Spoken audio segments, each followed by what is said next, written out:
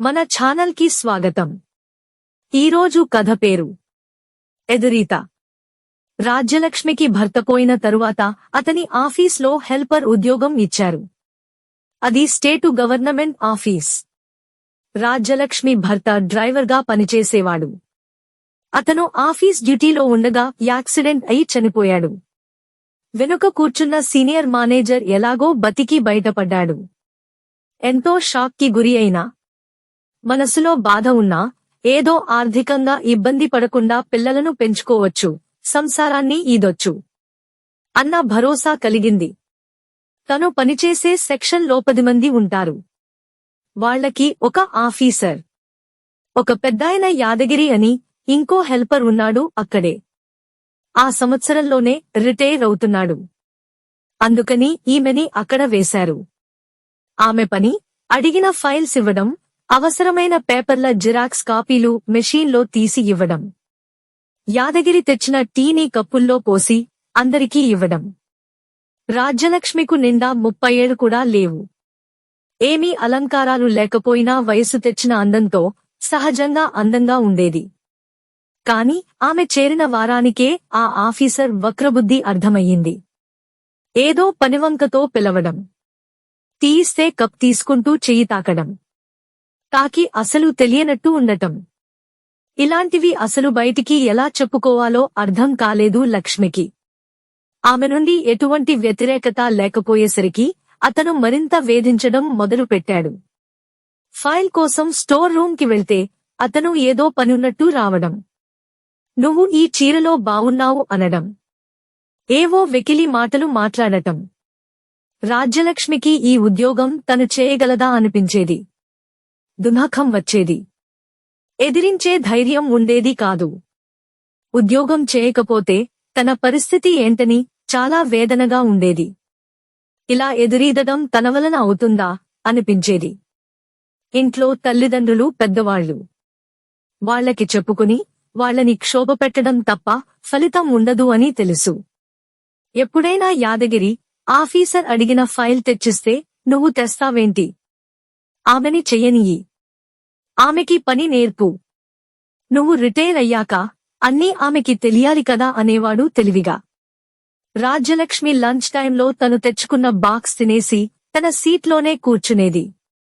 ఆ ఆఫీసర్ తను తొందరగా తినొచ్చి రాజ్యలక్ష్మిని తన టేబుల్ దగ్గరికి పిలిచి పర్సనల్ విషయాలు అడుగుతూ ఉండేవాడు. రాజ్యలక్ష్మి కొత్త వలన, ఇంకా ఎవరితోనూ స్నేహం చేయకపోవడం వలన బయటికి వెళ్లేది కాదు. బెరుకుగా ఉండేది. ఇలా దినదిన గండంగా గడుస్తుండగా రాజ్యలక్ష్మితో ఒకరోజు యాదగిరి అన్నాడు, అమ్మా, నీ భోజనం అయ్యాక బయట ఆవరణలోకి వెళ్ళమ్మా, అక్కడ వేరే చోట పనిచేసే ఆడవాళ్లు కూడా వస్తారు, వాళ్లతో స్నేహం చెయ్యి అని. నీకు ఒంట్లో బాగోలేకపోయినా రెస్ట్ కావాలన్నా సెలవు పెట్టుకోవచ్చమ్మా. నువ్వు ముందు చెప్పక్కరలేదు. మానేసి బయట నుండి ఫోన్ చేసి సెక్షన్లో ఎవరికన్నా చెప్పొచ్చు అని చెప్పాడు. సిక్కైనట్టు చెప్తే ఎవరూ ఏమీ అనలేరు.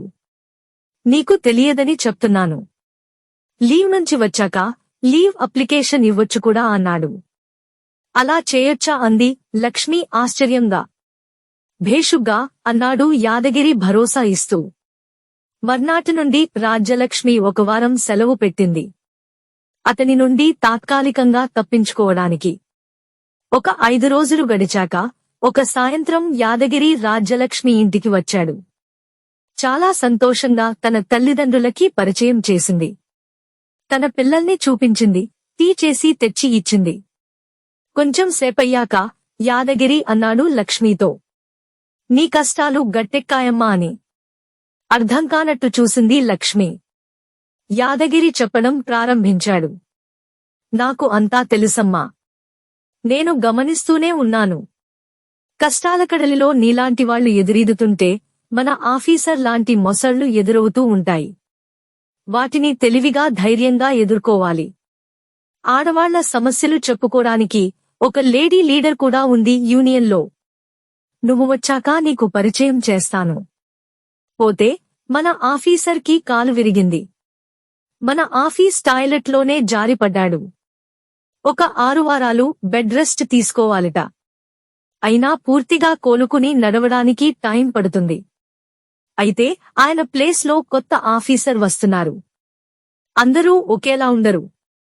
అయితే నీలో ధైర్యం ఉండాలి. కనీసం ధైర్యంగా ఉన్నట్టు నటించాలి. చెడ్డపని చేసేవాళ్లు భయపడతారు. నువ్వు బయటపడతావేమో అన్న భయం కలగాలి వాళ్లకి. పాముని కూడా బుస కొట్టకపోతే చంపేస్తారమ్మా.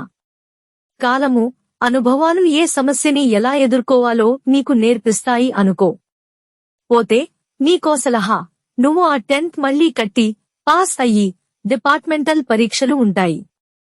అవి పాస్ అయితే జీవితంలో ఇంకా పైకి వస్తావు. ఈ స్థాయి నుండి ఎదిగితే ఇలాంటి సమస్యలు ఉండవు. ఈ విషయం తెలిస్తే ఆనందపడతావని ఇంటికి వచ్చి మరీ చెప్తున్నాను అన్నాడు. యాదగిరి ఒక్కసారి అతనికి దండం పెట్టి బాబాయ్ అని కళ్ళనీళ్లు పెట్టుకుంది లక్ష్మి. అయ్యో వద్దు తల్లి అని బయలుదేరాడు. వెళ్తూ మనసులో అనుకున్నాడు, ఆ ఆఫీసర్ గాడు పడి కాలు విరగడానికి నేనే కారణమన్న రహస్యం నాలోనే సమాధి కావాలి అని. రిటైర్ అయిపోతూ ఒక ఆడకూతురికి మంచి చేశాననే తృప్తి మిగిలింది యాదగిరికి. సమాప్తం. ధన్యవాదాలు. మరికొన్ని కథలు కోసం మన ఛానల్ని లైక్ చేసి సబ్స్క్రైబ్ చేసుకోండి. మీ శ్రేయాభిలాషి, మల్టిపుల్ వేస్ తో గ్రో.